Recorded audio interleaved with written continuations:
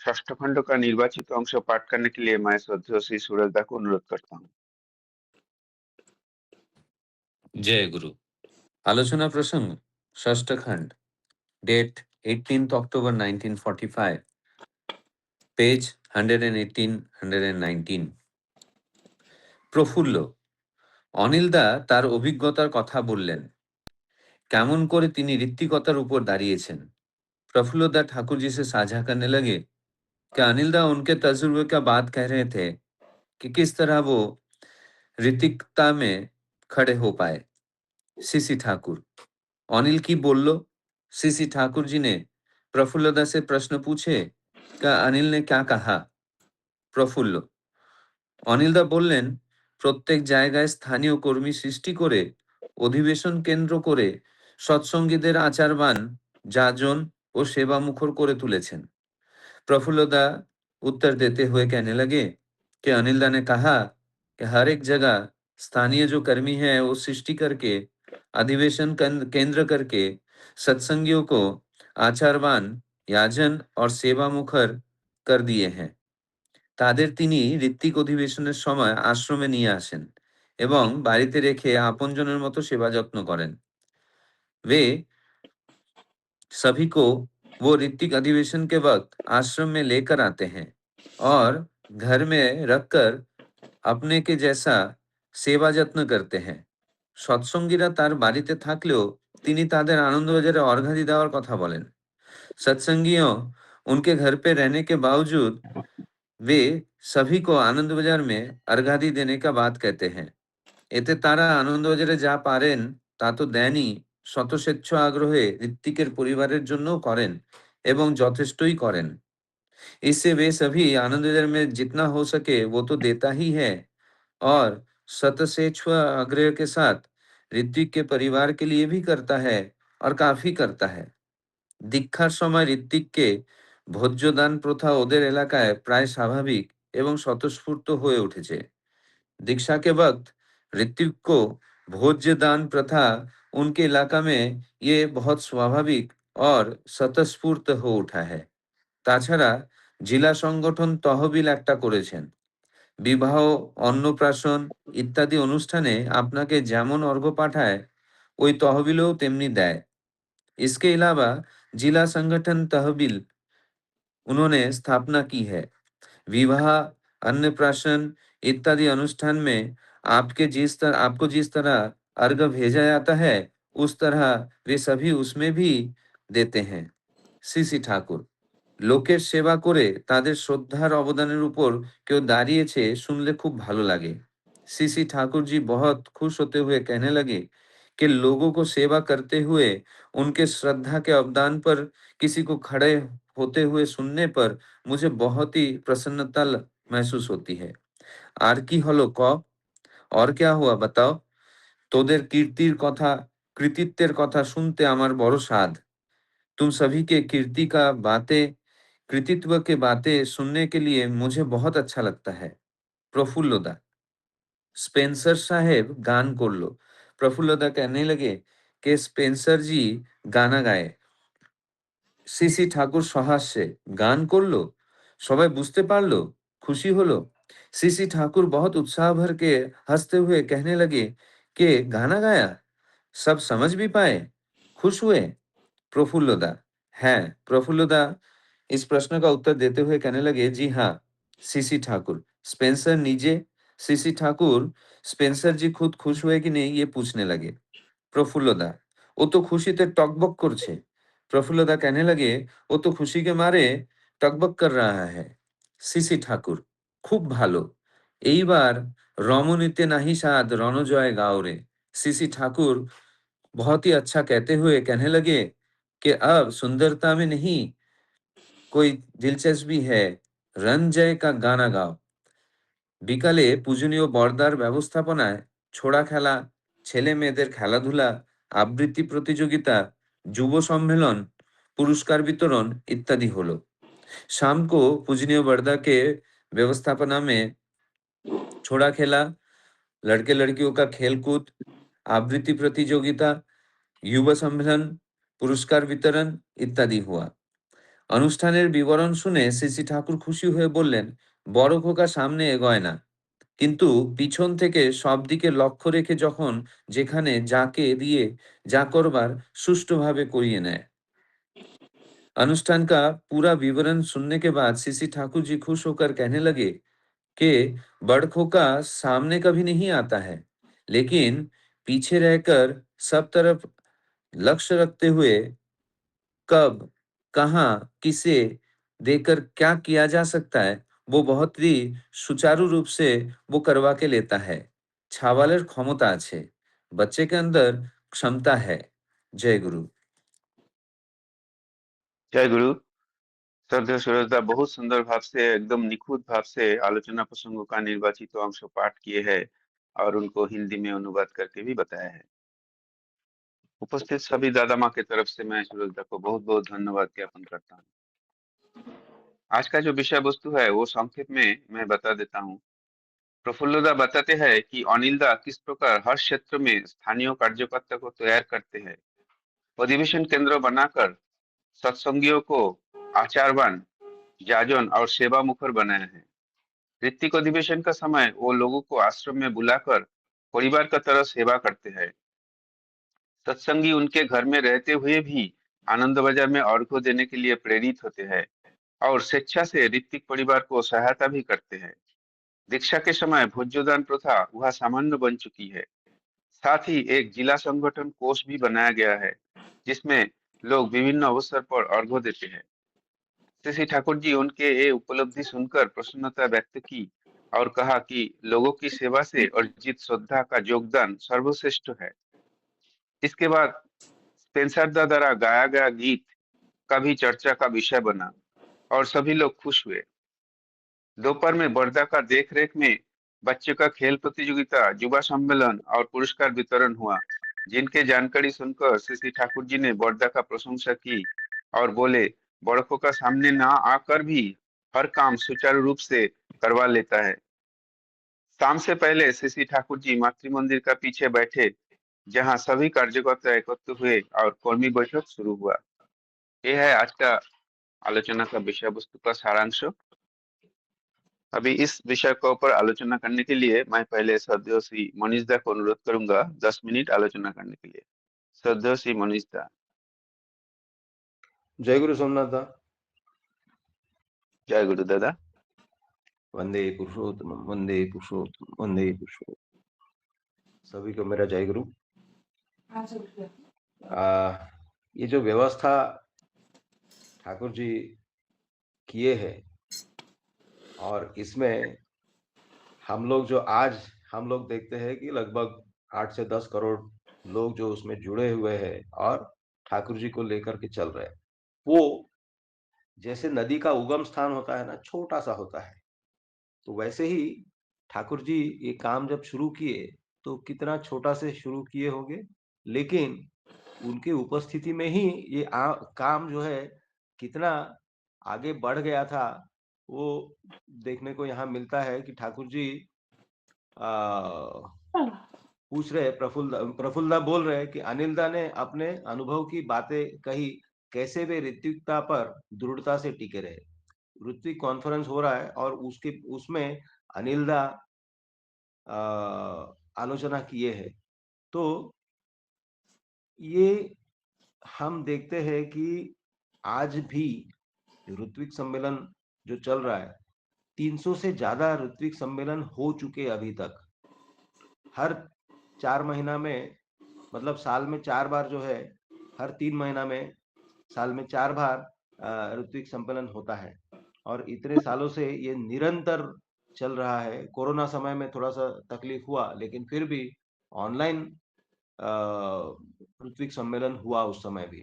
तो उसमें जो लोग आलोचना करते हैं वो आज भी उसी स्टाइल में आलोचना करते हैं। बातें अलग अलग होती, अपनी अपनी अनुभूति अलग अलग है, लेकिन जो बात वो लोग करते हैं वो जो आज प्रफुल्लदा जो बोले कि अनिलदा ने अपने अनुभव की बातें कही, कैसे वे ऋत्विकता पर दृढ़ता से टिके रहे। तो फिर आगे फिर ठाकुर जी पूछ रहे अनिल ने क्या कहा, तो प्रफुल्लदा फिर बता रहे कि अनिल ने कहा कि हर जगह स्थानीय कार्यकर्ता तैयार करके अधिवेशन केंद्र बनाकर सत्संगियों को आचरित, याजनशील और सेवा भावना से ओतप्रोत बनाया है। तो ये जो ऋत्विक का काम है, ऋत्विक का एक बहुत बड़ा जिम्मेदारी है समाज में। जिम्मेदारी तो सबकी ही है। ठाकुर जी तो सबको ही बोल रहे हैं कि तुम अपने परिवार के 10 और देश के वर्तमान भविष्य के लिए उत्तरदायी हो। ये तो सबके लिए ही है। लेकिन जो ऋत्विक लोग हैं, जो कर्मी हैं, जो ठाकुर जी के कर्मी हैं, वो जैसे नेता होते हैं, वैसे एक-एक क्लस्टर में एक-एक नेता। लेकिन आज के नेता जो आज के क्यों, जो राजनीति में है, वो अगर उनको आदर्श नहीं है, तो यो यमदलाल का ही काम करते हैं। ठाकुर जी ने बोला एक वाणी में, यमदलाल ही समझो उसको। तो जिसको आदर्श नहीं है, लेकिन जो ऋत्विक है, जो ठाकुर जी के कर्मी हैं, वो तो ठाकुर जी को माथे पर लेकर के चलते हैं। और फिर वो जिस तरह से उसका कोई हल्ला-गुल्ला भी नहीं करते, लेकिन फिर भी काम किस तरह का करते हैं, तो लोगों को तैयार करते हैं। और मिशन जो है ठाकुर जी का, जो वही है कि लोगों को तैयार करना।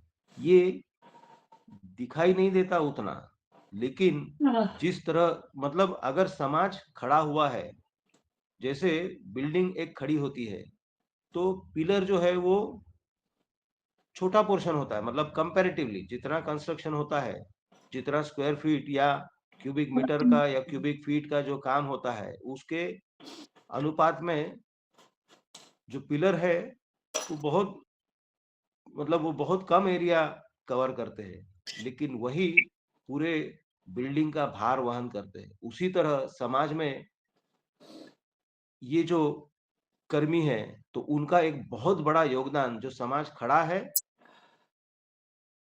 तो उसमें कुछ लोग जो है अपना जी जान लगा करके और अपने इष्ट को परिपूर्ण करने के लिए वो उद्ग्रीव रहते हैं। तो उनका काम होता है कि एक मनुष्य तैयार करना। और यहाँ पर प्रफुल्लदा वही बता रहे कि अनिलदा किस तरह से अपने जगह में स्थानीय कार्यकर्ता को तैयार करते हैं, अधिवेशन केंद्र बनाकर। आज ये जो अधिवेशन केंद्र है, उसका उसी का नाम है उपयोजना केंद्र। तो उपयोजना केंद्र क्या है कि वो उस जगह के जो लोग हैं, वो उसमें से तैयार होना ये अपेक्षित है। फिर ठाकुर जी बोल रहे ये प्रफुल्लदा बोल रहे, ऋत्विक अधिवेशन के समय वे उन सभी को आश्रम ले आते हैं और घर पर रखकर अपने जनों की तरह सेवा सत्कार करते हैं। सत्संगी उनके घर में रहते हुए भी वे उन्हें आनंद बाजार में अधिक अर्घ्य देने के लिए कहते हैं। कितनी बड़ी बात है ये जो देने के लिए सिखाना। तो ये एक एक्चुअली अगर देखा जाए जो निसर्ग नियम है, आपको पहले देना पड़ता है, तब आप पाने के अधिकारी होते हैं। ये एक त्रिकालाबाधित सत्य है, यूनिवर्सल ट्रूथ। यही निसर्ग का नियम है। लेकिन हमें तो उतना वो चीज़ समझ में नहीं आता। हम तो पाने के लिए हमेशा कोशिश करते हैं, लेकिन जितना हम देंगे, जितनी कठिन परिस्थिति हो, देने का प्रयास करेंगे, तो पाने का रास्ता खुल जाता है। ये जो बात है, ये जब हमको समझ में जितना आएगा, उतना ही हम एक ठाकुर जी की वाणी बहुत सुंदर है, जिससे तुमने पाया पागल, उसको ही पहले पूर्ण कर। वही यदि रे कर सकते, तबहि सच्चा स्वार्थपर। तो जितना उनको हम पूर्ण करने के लिए कोशिश करेंगे, जितना हम देने के लिए कोशिश करेंगे, हमारा रास्ता खुलेगा।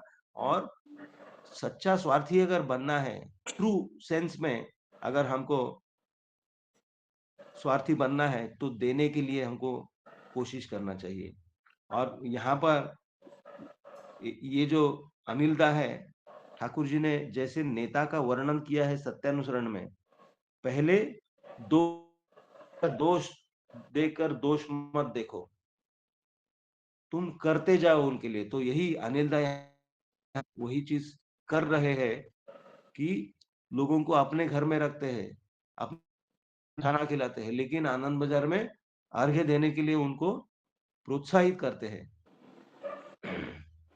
इससे वे आनंद बाज़ार में जो दे सकते हैं वह तो देते ही हैं, साथ ही स्वेच्छा से ऋत्विक के परिवार के लिए भी योगदान करते हैं और पर्याप्त करते हैं। पर्याप्त करते हैं मतलब सफिशिएंट अमाउंट में करते हैं। दीक्षा के समय ऋत्विक को भोजनदान प्रथा उनके इलाके में लगभग सहज और स्वाभाविक बन गई है। ये एक के देखा-देखी अनेक लोग ठाकुर जी बोले हैं ना, तुम अगर सत बनते हो तो तुम्हारे देखा-देखी हज़ारों-हज़ारों लोग सत बन जाएँगे। ये ठाकुर जी बात किए हैं। तो वही बात यहाँ पर एप्लीकेबल हो चुका है। ठाकुर जी जो बोले हैं, यहाँ पर वो एप्लाइड है। और फिर आगे बोल रहे हैं, इसके अलावा एक जिला संगठन कोष भी बनाया है, जैसे विवाह, अन्नप्राशन आदि अवसरों पर आपको अर्घ्य भेजते हैं, उसी प्रकार उस कोष में भी देते हैं। तो आपको जैसे मतलब सेंट्रली हम लोग जैसे करते हैं, हम लोग इष्टभूति के साथ में वहाँ जो कुछ उत्सव और जो अनुष्ठान होते हैं उसके लिए हम योगदान करते हैं, वैसे लोकली भी हम करते हैं। तो उसी हिसाब से अनिल दा ये छोटे पैमाने पर उस समय जो शुरू किए थे, आज हम देखते हैं कि बहुत बड़ा रूप ये ले चुका है। ठाकुर जी बोल रहे हैं, लोगों की सेवा करके उनकी श्रद्धा से जो योगदान मिलता है, उससे बढ़कर और कोई क्या हो सकता है। तुम लोगों की उपलब्धि की बात सुनकर बहुत अच्छा लगता है। उपलब्धि की बातें सुनने की बड़ी इच्छा रहती है। यहाँ पर ये ये जो बात है, ये हमें ये चीज़ 2-2 3-3 बार पढ़ना चाहिए और इसको दिमाग में बैठाना चाहिए। ठाकुर जी क्या बोल रहे हैं, क्या बोलना चाहते हैं यहाँ पर। ठाकुर जी जो बोल रहे हैं ना, तुम लोगों की उपलब्धि की बात सुनकर बहुत अच्छा लगता है। ये उपलब्धि एक माता-पिता अपने बच्चे का जो प्रोग्रेस देख करके, बच्चा मेरा आगे बढ़ रहा है, वो देख करके माता-पिता खुश हो जैसे होते हैं, वैसे ही ठाकुर खुश हो रहे हैं। हमारा ये जो वो जो प्रोग्रेस देख करके उन मतलब मेरे बच्चे का कोई अ, उसके बारे में अगर अच्छा बोलेगा मेरे सामने, मेरा बच्चा सामने नहीं है, लेकिन कोई मुझे बोलेगा कि आपका बच्चा तो बहुत काम किया और बहुत अच्छा काम किया, उसने ये किया, वो किया, मेरे मन में कितनी खुशी होगी। बस वही खुशी जो है ठाकुर जी को हो रही है, क्योंकि ठाकुर जी परमपिता है। हम सबके वो पिता है, माता है। तो इसीलिए वो खुश हो रहे हैं। उसके बाद में इसके 2 और पार्ट है, तो मैं थोड़ा-थोड़ा इसमें बात करूँगा। स्पेंसर दा ने गाना गाया, तो ठाकुर जी कितना मतलब कितनी छोटी-छोटी बातों में भी ठाकुर खुश हो रहे हैं। तो स्पेंसर दा ने जो गाना गाया, तो उसमें सब लोग समझ पाए, सब लोग खुश हुए, तो प्रफुल्ल दा बोले हाँ। फिर ठाकुर जी पूछ रहे हैं कि स्पेंसर दा खुद भी खुश हुए? तो यहाँ पर वो बोल रहे प्रफुल्ल दा, वो तो खुशी से टगबग-टगबग कर रहे हैं। मतलब फूले नहीं समा रहे हैं। बहुत खुशी उनको हुई है।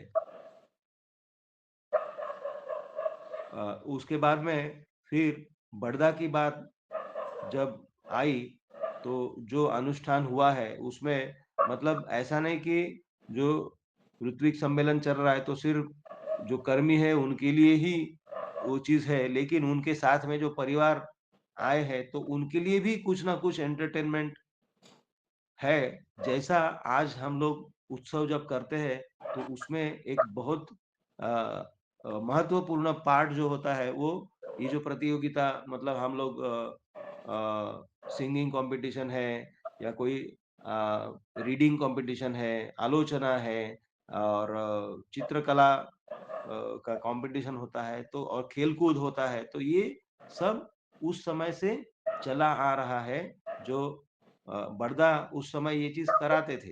तो ठाकुर जी उनके लिए भी बोल रहे कि बड़ों को का सामने नहीं आता, लेकिन पीछे से रहकर हर और ध्यान रखते हुए जब जहाँ जिसे जो काम करना होता है अच्छी तरह से करवा लेता है।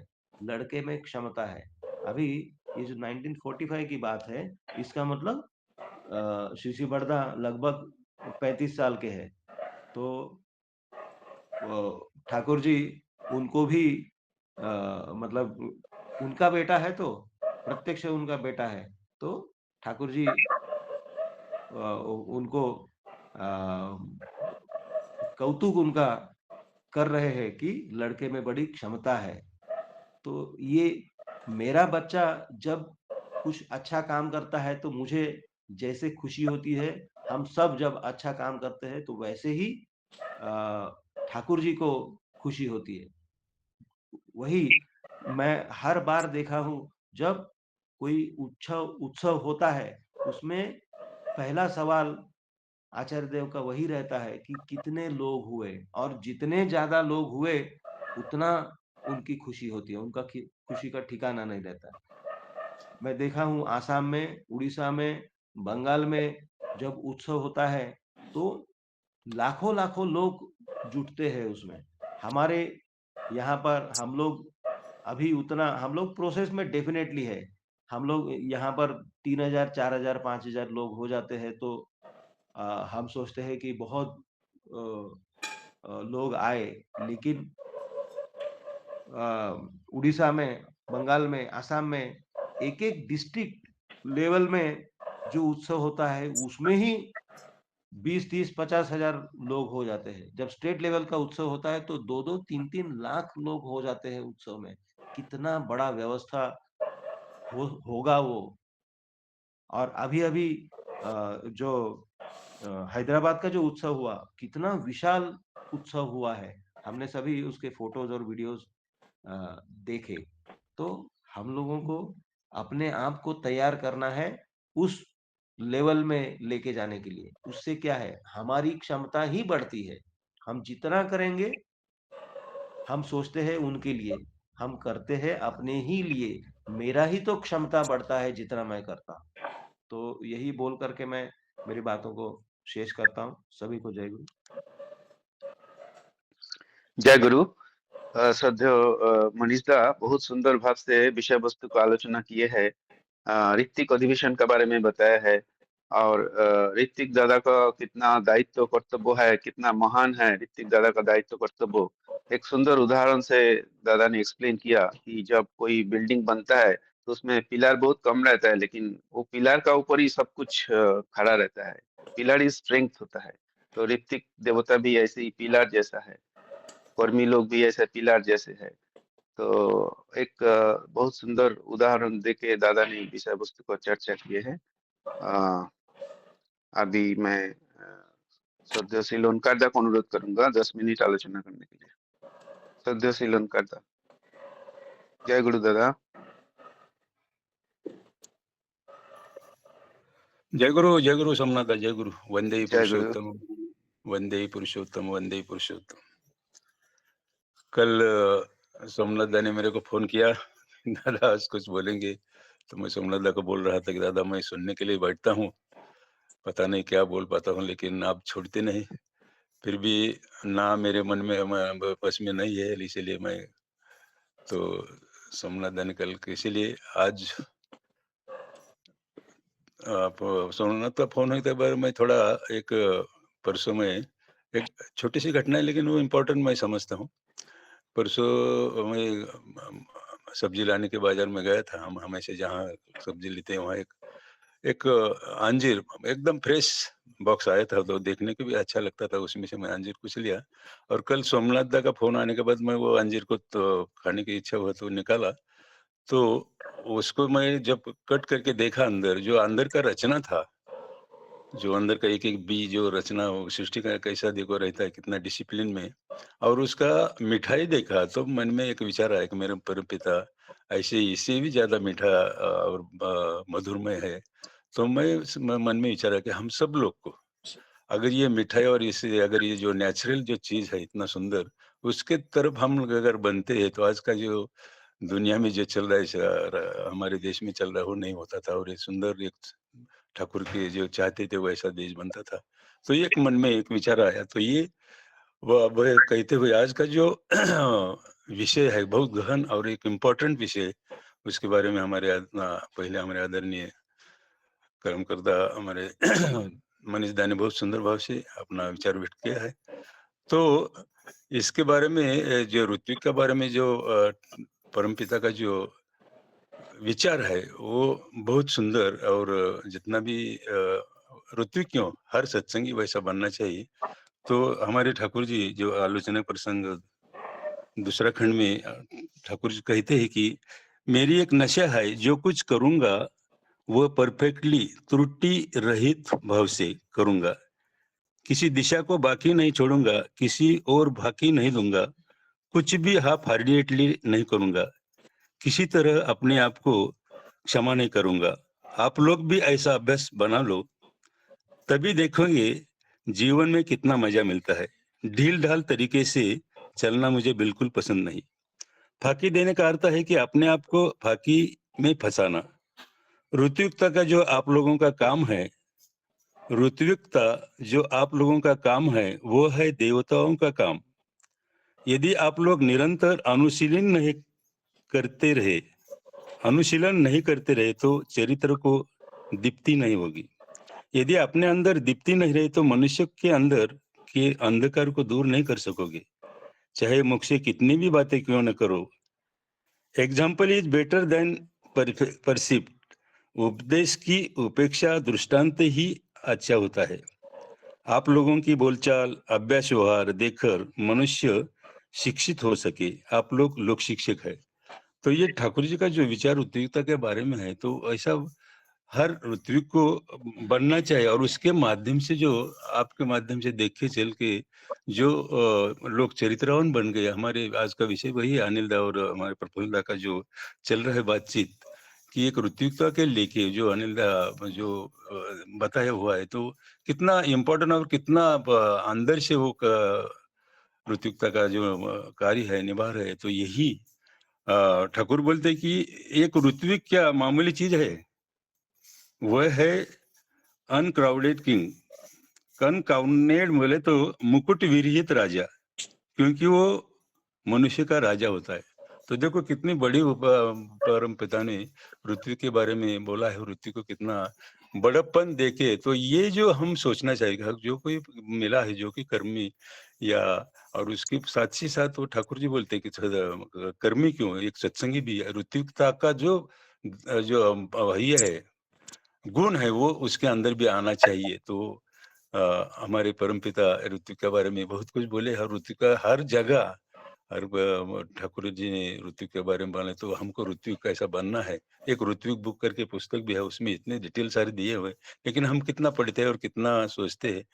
तो यही ही अगर हम करते रहेंगे तो अभी अभी एक मेरा घटना बोलता हूँ कि जो हम ठाकुर की लेके अगर एक कर्मी हो तो उसका लेके मैं एक अनुभूति अभी जस्ट गोवा का अनुभूति मैं बताऊंगा। जब हर साल मैं गोवा जाता हूँ, वहाँ का जो बापी राय करके एक अच्छा कर्मी है, वो हमेशा मेरे को हर साल बोलते दादा आइए मराठी कुछ बोलने से। और यही साल उन्होंने मेरे को फोन किया, और दादा हमारे पूजनीय सिपाहीदा का आशीर्वाद है कि यहाँ कोई मराठी का आलोचना होना चाहिए। तो उन्होंने बोला कि दादा आप आएंगे तो आपका आलोचना हम रखेंगे।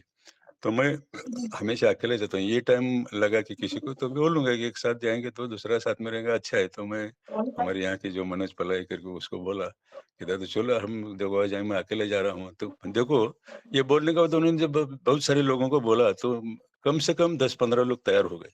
सब यंग जनरेशन था, 30-35 के अंदर के लड़के लोग तैयार हो गए। एक ही बात मैं उनको कहा कि हमको अगर रह जाएगा हम अच्छा लगेगा उन लोगों को भी। तो हम 2-3 गाड़ी लेकर के गए 15 लोग। और वो जाने के बाद उनको मैं पहले ही बोला था कि देखो हम जा रहे हैं कि एक अच्छे एक सत्संगी लोग हम जा रहे हैं, और तो हमारा सभ्यता का हमका चाल चलन उसको दिखना चाहिए, हमारा रहना सहना ठीक है। हमारे सत्संग होने के बाद आप जहाँ घूमना है घूमने, लेकिन जो जिस कार्य के लिए जा रहे हैं हम उसके लिए हमको अच्छे तत्पर होके कोई भी ऐसा उंगली नहीं बदल के रखे तो चलो हाँ दादा हम ठीक है वैसा ही करेंगे। एक आदर युक्त ये जो रिस्पेक्ट मैं देखा उनकी तरफ से, तो हमेशा मैं उनके साथ अब थोड़ा-सा वो डर के रहते थे कि हमारे साथ दादा है कुछ अलग-अलग होगा। ये क्यों होता है? पता नहीं, लेकिन मेरे को लगता है कि कुछ थोड़ी-थोड़ी मैं परमपिता को जो कुछ ऋत्विक के बारे में जो बोले उसके रहने के आपके कारण, आप चाल-चलन के कारण लोग आपको देखेंगे और आप ऐसा करेंगे। तो ये एक अनुभूति छोटी-सी, तो जब जाने के बाद उधर भी अच्छी तरह सत्संग हुआ, हमारी तरफ से मेरा आलोचना भी हुआ मराठी और कुछ कीर्तन भी हुआ। एक सुंदर ऐसा भाव होने के बाद में मैं सभी को बोला देखो हम तो आए हैं सत्संग किया लेकिन हमारा एक दायित्व बनता है, जहाँ भी हम जाते हैं। मेरा एक हमेशा का एक ये है कि हम जहाँ जाते हैं, कुछ तो भी देने का भाव रखिए क्योंकि हाँ, अंदर बाज़ार होता है, सो ये कुछ खर्चा होता है, थोड़ा-सा हमारा भी योगदान हो, तो सब लोग दादा हाँ, बोलिए आप तो कितना देना है, आप बोले हम दे देंगे। ये जो भावना, ये जो हम जब बोलते हैं तो लोग तैयार होते हैं, जो कुछ भी हो, ऐसा नहीं कि कितना देना है, लेकिन जो भी भाव मन में आता है, अगर वो करते रहेंगे, तो उधर के लोगों को भी अच्छा लगता है। लेकिन हम अगर सोचेंगे कि हम लंबे गए, क्यों देने का क्या ज़रूरत नहीं, लेकिन नहीं। ये जो एक हमारे सत्संग का जो परंपरा है, उसके माध्यम से ये हमारे दानिंदा देखो ये करके भी कितना दायित्व उनका देने का जो उनका भाव है, ऐसा भाव ही अगर हम रहे हमारा ही उसमें कल्याण है। तो मैं हमेशा देखता हूँ कि कभी-कभी मैं फ़ोन करते बैठता हूँ। कल ही ऐसा एक फ़ोन मैं कर रहा था, हमारे निर्मलदा अभी वो गाँव गेले, लेकिन ऐसे मेरे 2-3 निर्मलदा मेरे पास तो अचानक दूसरा निर्मलदा को मेरा फ़ोन लग गया। जी तो दादा लगने जी पर जय। उतना 1 मिनट हाँ। तो ये इतना वो खुश हो गया कि बोला मेरे को तो उतना पहले बोला प्रणाम दादा कि आपने आया मैं इतना खुश हो गया कि आपको देखे। तो ये जो होता है तो इसीलिए हमको ठाकुर बोले वैसे हमको रहने का कोशिश करना है और हम ऋत्विकता का जो प्रभाव होना पड़ा इसीलिए हमको बनना पड़ेगा इतना ही। शायद मेरा टाइम हो गया मेरे को इशारा दिया हमारे सोमनाथ दा ने। तो इतना ही सभी को यही कहूँगा, ऋत्विक क्यों हम सभी सत्संगी ठाकुर जैसे बोलते हैं वैसा बनने का कोशिश करेंगे। इतना ही सभी का फिर मंगलमय का प्रार्थना। जय गुरु वंदे पुरुषोत्तम वंदे पुरुषोत्तम। जय गुरु दादा। जय जय गुरु दादा, जय गुरु। दादा आप और भी कंटिन्यू कर सकते हैं अगर चाहिए हाँ तो। आपका वही बात बोलने वाला था मैं। इतना अच्छा लग रहा था सुनने के लिए। लंकर दा आप कंटिन्यू करिए। मेरे को आवाज़ आया सोमनाथ दा का इसीलिए मेरे लगा कि मेरा टाइम हो गया इसलिए मैं नहीं नहीं नहीं नहीं, मैंने नहीं दिया आवाज, मैंने नहीं दिया। कुछ तो भी आवाज़ है, ठीक है कोई बात नहीं। तो ये जो होता है हमारे दो फिर जिस निर्मल दा को मेरे को फ़ोन करने का था, उनसे बात हो गया। लेकिन वो निर्मल दा एमपी में है हमारा जो उनका परिचय हुआ ऑनलाइन माध्यम से जो नेपाल में मैं कर रहा था। तो मैं उनको हमेशा गाने के लिए वो हारमोनियम इतना बजाता है, अच्छा एजुकेटेड आदमी है कि उसके शायद मैं प्रोफ़ेसर है या कुछ तो भी।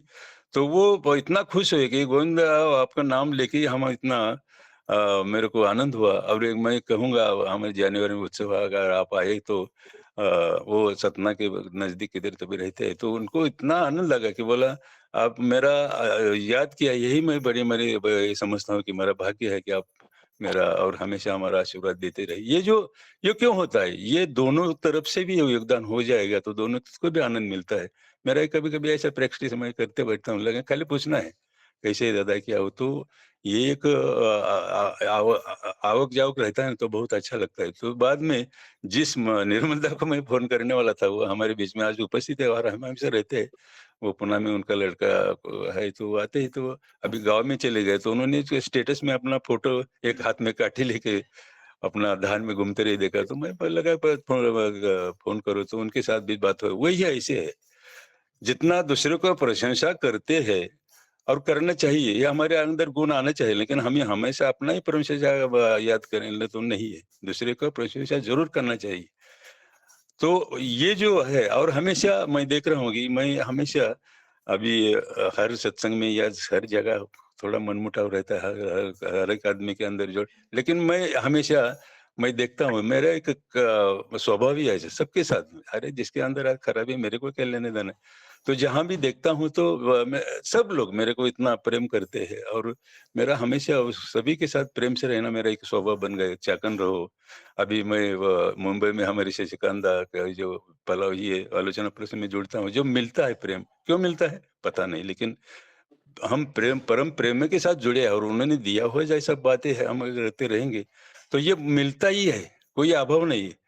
और दूसरी बात जो अभाव जो चीज है, ठाकुर बोलते हैं अगर आप परमेश्वर के साथ अच्छा रहेगा तो आपको कुछ कम नहीं पड़ेगा। कभी कभी ठाकुर के पास कोई लोग का अभाव के कारण है तो ठाकुर बहुत उनको दुख होता था कि बोलते मेरे पास अभाव के कारण आते तो मेरे को लगता है आप ठीक तरह से नाम ध्यान नहीं करते रहेंगे, ठीक तरह से पारिपार्श्विक से नहीं रहते, इसलिए आपका प्रॉब्लम नहीं था। अभाव आने की जरूरत है, मेरे को लगता है कि ऐसे चाबुल करके आपको मारूं, लेकिन मैं चाहता हूँ कि मेरा भक्त ऐसा एक राजा से भी बढ़कर रहे, एक ऐसा मेरे को आनंद मिले, लेकिन मेरे भाग्य में नहीं है। ये ठाकुर जी का दुख की बात है।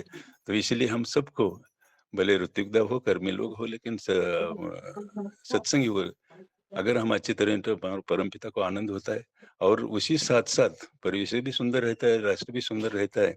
तो और जो चीजें है, बहुत बार इतना कुछ बातें हैं लेकिन पता नहीं बोलना अच्छा रहेगा, लेकिन मैं जिन दिन को दीक्षा दिया हूँ और इसमें एक परिवार है, देखो उनका जो श्रद्धा है ऋत्विक के प्रति, कि हर साल में हम दोनों को ड्रेस देते हैं, 6 महीने के बाद। तो मैं उनको बता रही क्यों करते हैं आप? तो वो बोलता है कि दादा आपके माध्यम से मैं ठाकुर का चरण में गया हूँ, तो मेरा एक कर्तव्य बनता है। वो कितना भी हमको वो बोले तो वो सुनता नहीं। ये जो होता है ऋत्विक देव को जो आचरण से माध्यम से जो कुछ मिलता है उसकी गिनती नहीं। वो मैं बहुत बड़ा उसका मेरे पास खजाना है, लेकिन वो मैं प्रकट नहीं करूँगा, सामने प्रकट करना भी ठीक नहीं। तो जो मिलता है उसकी गिनती नहीं है। ठाकुर बोलते आप जितना अच्छे तरह से रहेंगे तो आपको कितना लोग प्रेम करेंगे, कितना देंगे आपको, उसका कल्पना भी नहीं कर सकते। ये मैं अनुभव कर रहा हूँ, इसलिए मैं कहता हूँ कि हमेशा लोगों के साथ प्रेम करना है। सबके अंदर है, वो इधर वो ऐसा होता है। और हमेशा अगर आप दोष देखते रहेंगे तो परमपिता वही बोलते हैं, वही दोष एक रिमांड होके एक आपकी तरफ ही आएगा, आपको ही वो तो सत्यानाश के तरफ लेके जाएगी। इसीलिए कभी भी दोष देखने का जरूरत नहीं, लेकिन ये कब होगा? ये जो गुण है दोष का और दूसरे को निंदा करना या ईर्ष्या करना, ये कब हो जाएगा? कि मेरे परमपिता को अच्छी तरह मैं नामधन के माध्यम से अगर ठीक तरह से करते रहेंगे तो ये ऑटोमेटिकली जाता ही है। कभी भी मन में नहीं आता है। अगर थोड़ा भी कुछ आता है तो मैं एक स्ट्राइक होता है, अरे मेरे परमपिता मेरे को देख रहे हैं।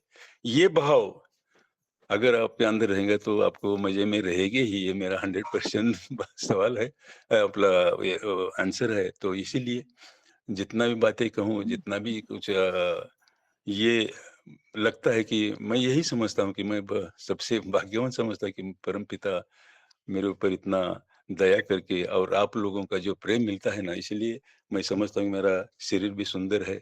और इसीलिए कभी भी संदेह नहीं करना है, कभी भी संदेह नहीं करना है। एक फूल को एक ने सवाल किया कि जो आप सुगंध सबको देते हैं, आपको इसके बदले क्या चाहते हैं? आपको नहीं लगता है कि कुछ समय लगेगा? इतना सुंदर सुवास आप सबको देते हैं, तो वो फूल इतना सुंदर उत्तर देता है कि मैं जो देता हूँ वो अपेक्षा नहीं करता। अगर मैं कुछ अपेक्षा करता हूँ तो वो व्यापार होता है, मैं व्यापार कभी नहीं कर सकता हूँ। तो ये जो है फूल के तरह से हमको रहना है, कभी भी अपेक्षा नहीं करना है।